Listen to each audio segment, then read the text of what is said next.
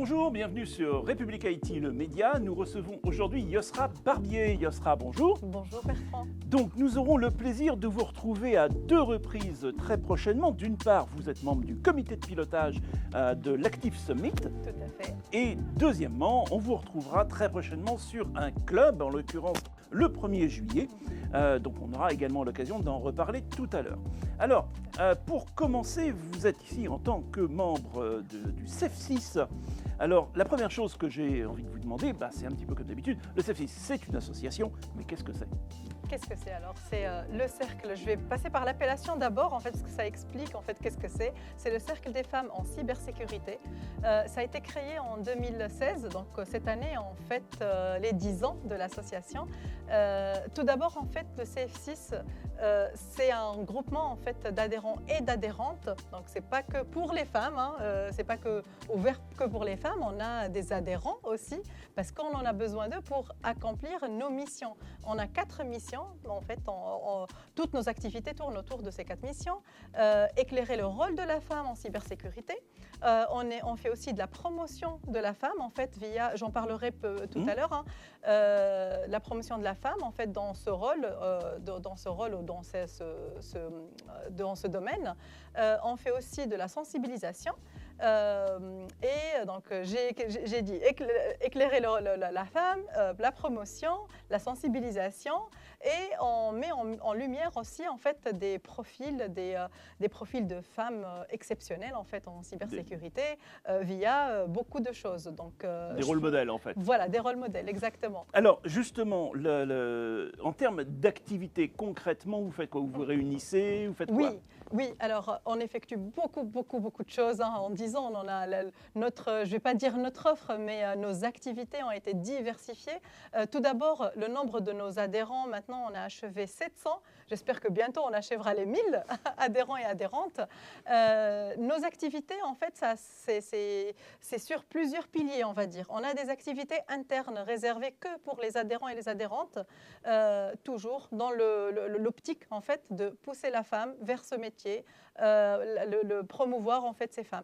Donc, on a des masterclass spécialisées qui sont organisées avec nos partenaires. On a des partenaires de l'industrie, on a des partenaires, ce qu'on appelle, en fait, des clients finaux, en fait. BNP, FDJ, on en a d'autres. Je ne sais pas si je peux pas tout citer, en tout cas. Mes excuses auprès de tous nos partenaires. Et on a des partenaires, vendeurs, prestataires, etc. Donc, avec eux, on organise des masterclass poussées, et ça permet à nos adhérents et adhérentes de level up, en fait, si j'ose dire. C'est vraiment d'évoluer, d'apprendre de nouvelles choses auprès d'experts qui sont difficilement accessibles, on va dire, hors de ce cercle. Les autres piliers, on va dire, d'activités, on effectue des activités vers l'externe, comme le job dating qu'on effectue.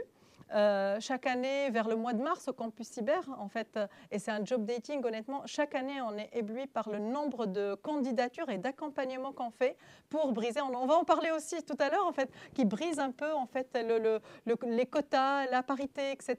Donc, on pousse les femmes à venir candidater et tout. Et avec nos partenaires, il y a des offres d'emploi qui sont accessibles. On a de l'accompagnement aussi lors du job dating, en fait, l'accompagnement de ces adhérentes, en fait, de choisir le métier qui correspond au mieux et tout. On a d'autres activités. Notre événement phare, en fait, qui est le trophée de la femme en cyber, International Cyber Women Day. Lui, vers la fin de l'année, on le fête, et c'est des trophées, en fait, c'est pas qu'un seul, c'est 8 trophées. Sur plusieurs catégories, donc femmes professionnelles de l'industrie, femmes chercheuses, femmes de la défense, étudiantes, femmes expertes dans les métiers en support de la sécurité de l'information, etc. Donc des masterclass, mais aussi des opérations de communication et donc de recrutement.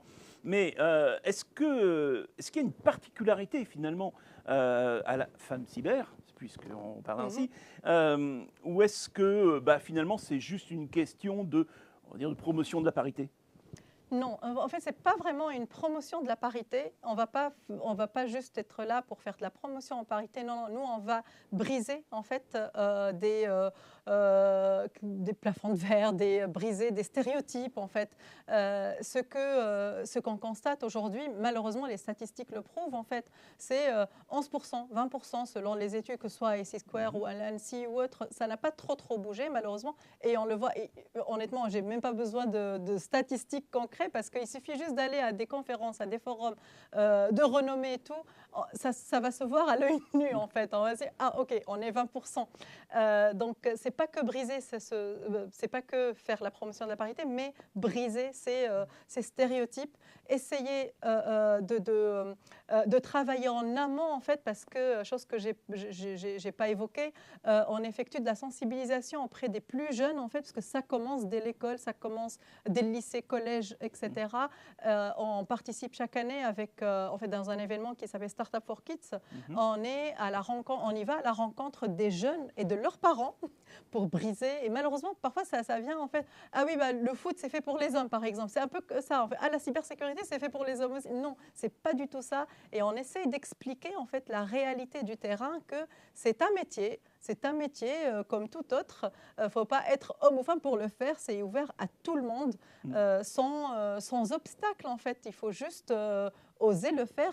Et nous, on est là pour vraiment aider à ce que les filles, en fait, les étudiantes et tout, passent le cap et aller vers ce métier-là. Alors justement, c'était la question que j'allais vous poser. Donc 20%, je crois que vous êtes généreuse, je crois qu'il y a beaucoup moins. D'ailleurs, nous sommes bien placés pour le savoir, parce que nous avons toujours de très grosses difficultés à trouver des femmes dans ce secteur. Il y a bien une raison à ça. Alors certes, il y a les stéréotypes, nous sommes d'accord, mais enfin, on est quand même en 2026. Pourquoi est-ce que ça demeure aussi problématique ? Oui, parce qu'on associe, en fait, on associe le métier de la cybersécurité à tout ce qui est cette image du geek, cette image. Et d'ailleurs, on a un livre, nous, qu'on avait édité au CF6. Je ne porte pas de suite à capuche, mais je travaille dans la cybersécurité. Et la deuxième édition, c'était je suis une femme et je travaille dans la cybersécurité. Il y a un peu cette image de c'est fait pour les geeks, c'est fait pour les hommes, pour les techniciens, pour les hackers, etc. Il y a cette image. Parfois, en fait, les médias, les films, je ne sais pas, les films, le robot ou autre, il y a des films où c'est un homme, en fait. Après, bon, il y a d'autres films qui mettent en valeur, on va dire, la femme qui est capable aussi de faire ce métier-là, en Millennium, par exemple. Exactement. Donc, il y a ces petits... En fait, il y a ces obstacles qui sont mis comme ça, et ça se travaille encore une fois dès le jeune âge. Il faut qu'on arrête à se dire ok, c'est l'image du hacker, l'image du geek, l'image de et ça se travaille aussi en relation, en partenariat, on va dire, avec les équipes de ressources humaines, les entreprises aussi, en fait, parce qu'à savoir aujourd'hui, on arrive à briser ça pour accompagner des femmes pour en reconversion, et qu'ils vont se dire ah oui, effectivement, ce n'est pas qu'un métier technique, en fait, c'est un métier aussi qui demande de la stratégie, qui demande de la gouvernance, qui demande beaucoup. C'est un métier complet aujourd'hui. On trouve vraiment tous les volets, du juridique au hacking, aux techniques, aux réponses aux incidents, traitements, etc., à la gestion de crise, à la gouvernance. Donc c'est un métier très, très, très complet. Et les métiers de cybersécurité sont nombreux aujourd'hui. Alors, point important, c'était l'un des gros sujets en cybersécurité. Il y a encore un an ou deux, peut-être un peu moins aujourd'hui, qui est celui de la guerre des talents. On manquait de milliers, de dizaines de milliers de profils en cybersécurité. Et ça servait plutôt à la cause des femmes, puisque du coup, on s'était dit, ah bah tiens, il y a la moitié des populations là qu'on a oubliées. Donc, où est-ce qu'on en est aujourd'hui ? Oui. Alors aujourd'hui, on en est... il y a... aujourd'hui... Les écoles, ils font une offre très, très complète, certes. Par contre, le gros travail aujourd'hui, il est à faire auprès des entreprises aussi. Parce que généralement, ce qui se passe, et là, ce n'est pas que pour les femmes ou contre les femmes, hein, c'est vraiment global, on va dire homme ou femme. On est en train d'attendre à ce qu'on ait des ingénieurs diplômés ou des techniciens diplômés qui sont opérationnel. On ne peut pas avoir ça en cybersécurité. Et dans d'autres métiers aussi, il faut de l'accompagnement, il faut de la patience aussi. Sauf qu'on est dans un métier qui évolue, qui est sous tension. Chaque jour, chaque heure. Et oui, effectivement, le fait d'avoir des jeunes diplômés, des juniors, il faut les accompagner, il faut les introduire petit à petit, etc. Moi-même, j'en ai fait l'expérience. Lorsqu'on est un stagiaire ou un alternant, il faut de l'accompagnement et effectivement, avec la charge qu'on a de base, elle ne change pas, elle cesse d'augmenter de toute façon. Il faut les accompagner. Et c'est là où, main dans la main, en fait, avec les écoles aujourd'hui, ce qu'on remarque, c'est on travaille avec les entreprises. Donc, il y a des écoles qui conçoivent leur programme avec les entreprises. Il n'en demeure pas moins qu'en sortant d'école, on n'a pas 20 ans d'expérience. Et voilà. Ouais. Donc, en fait, il y a quelque chose, je me permets, en fait, Bertrand, de vous interrompre. Il y a quelque chose qui est très intéressant, qui devient un peu la norme aussi, en fait, pour briser un peu cet aspect de junior, mais sans expérience professionnelle.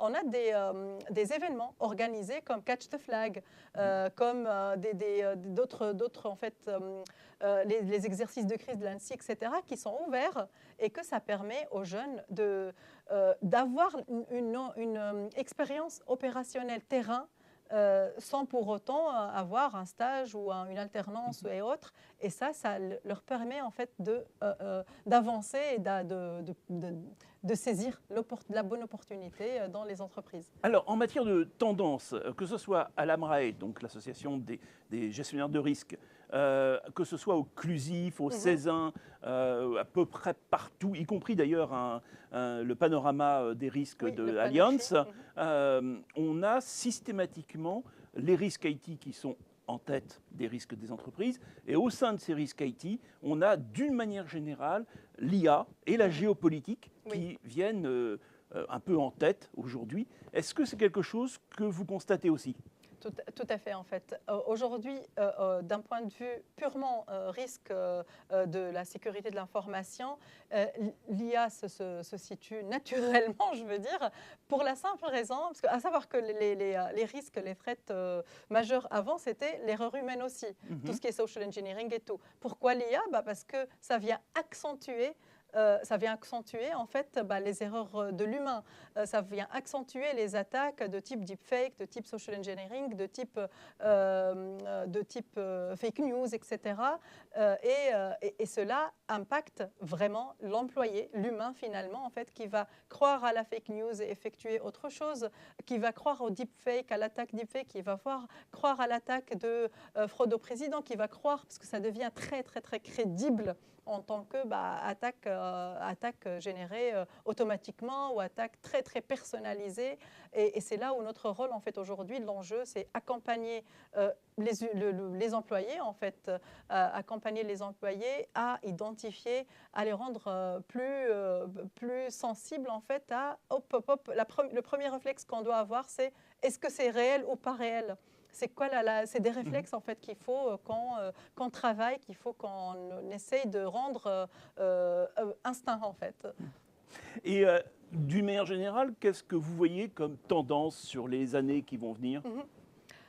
Les tendances, en fait, par rapport je vais parler par rapport à mon rôle, je suis responsable de sécurité, c'est plus le rôle, c'est pas le rôle en fait, j'aime pas dire vraiment juste le rôle parce que ça condense tout dans une personne, j'aime pas dire ça, c'est plus à la structuration de la sécurité au sein des entreprises.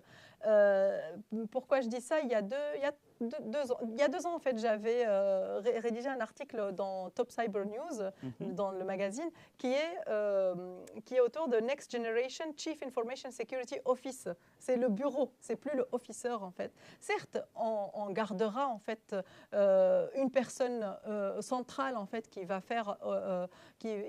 assurer le rôle de RSSI.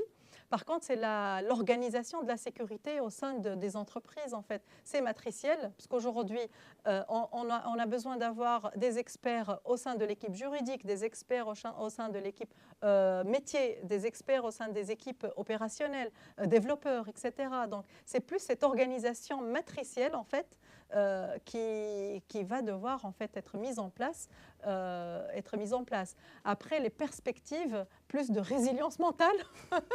C'est vrai, parce que avec l'intelligence artificielle, avec les outils ouverts pour les attaquants, nous, notre défense, faut défendre très très rapidement et il faut être en plus proactif aujourd'hui. C'est pas qu'on va attendre à ce qu'on subisse des attaques. Non, aujourd'hui, c'est vraiment, on est dans la proactivité en fait, et ça rajoute en fait une charge mentale, certes, et du coup, un RSSI, les responsables, moi je dis les responsables de sécurité, puisqu'à la fin, on est tous responsables de sécurité au sein des entreprises. Les responsables, ils vont devoir être plus posés, plus zen. C'est pas du tout évident, c'est vrai. Il y a quand même 2 associations professionnelles qui ont prévu des soutiens psychologiques pour leurs adhérents. C'est d'une part l'association des DPO, la FCDP, et d'autre part l'Intercert, qui est l'association des responsables de CERT. Donc là, on est vraiment dans la cybersécurité. Donc jusqu'à présent, ni le Césin ni le Clusif ne l'ont fait à ma connaissance, mais ça va peut-être venir. En fait, il faut savoir, à travers ces structures-là, nous on le fait au sein de CF6, au sein du CLIS, à travers ces structures-là, on a la possibilité de parler dans des environnements de confiance, d'exposer nos craintes, d'exposer les enjeux, etc., dans un milieu qui est safe, en fait, qui est de confiance. On ne va pas chercher un groupe de soutien. Et là, ces structures-là, ils sont là vraiment pour épauler les responsables de sécurité et les professionnels, en fait, parce que tous les professionnels de sécurité de l'information, aujourd'hui, ils sont sous cette tension. Très bien. Eh bien, merci Yosra Barbier. Donc, on va se retrouver, je l'ai dit tout à l'heure, à l'Active Summit, bien évidemment. Tout à fait, bien évidemment. Il va être sur plusieurs ateliers. Et également donc, au club du 1er juillet. Eh bien, il ne me reste plus qu'à vous souhaiter une très bonne journée et à vous dire à bientôt sur République IT. Et donc, rendez-vous également sur nos événements. Bonne fin de journée. Au revoir.